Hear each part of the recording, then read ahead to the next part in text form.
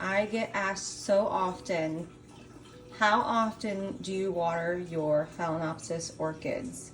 And it's just not that simple of an answer, because my answer will not be what your answer is going to be, and let me explain why.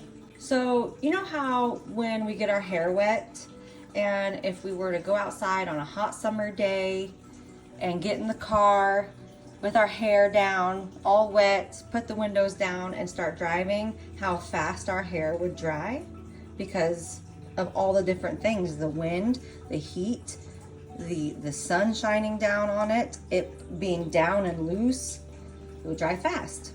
Now, say you get your hair wet and you put it in a braid and sit on your couch and watch TV. It's gonna take a lot longer for your hair to dry. So this is the same concept with your orchid's roots. Everybody's growing environment is different. Where we live, our humidity inside our homes, if you have your ceiling fans going constantly or not, if you provide extra humidity. So what is your orchid potted up in is going to make a difference too. So here's the simple answer. I cannot tell you how often to water your orchid, but I can tell you when. And it's when your orchid's roots are this silvery gray color. This orchid actually has been underwatered because you can see the roots are beginning to flatten. But you see the color? So keep this color in mind. All right, we've got lukewarm water, and we're just gonna submerge our orchid's roots. And when your orchid's roots go from dry to wet, they turn a different color. Let's see.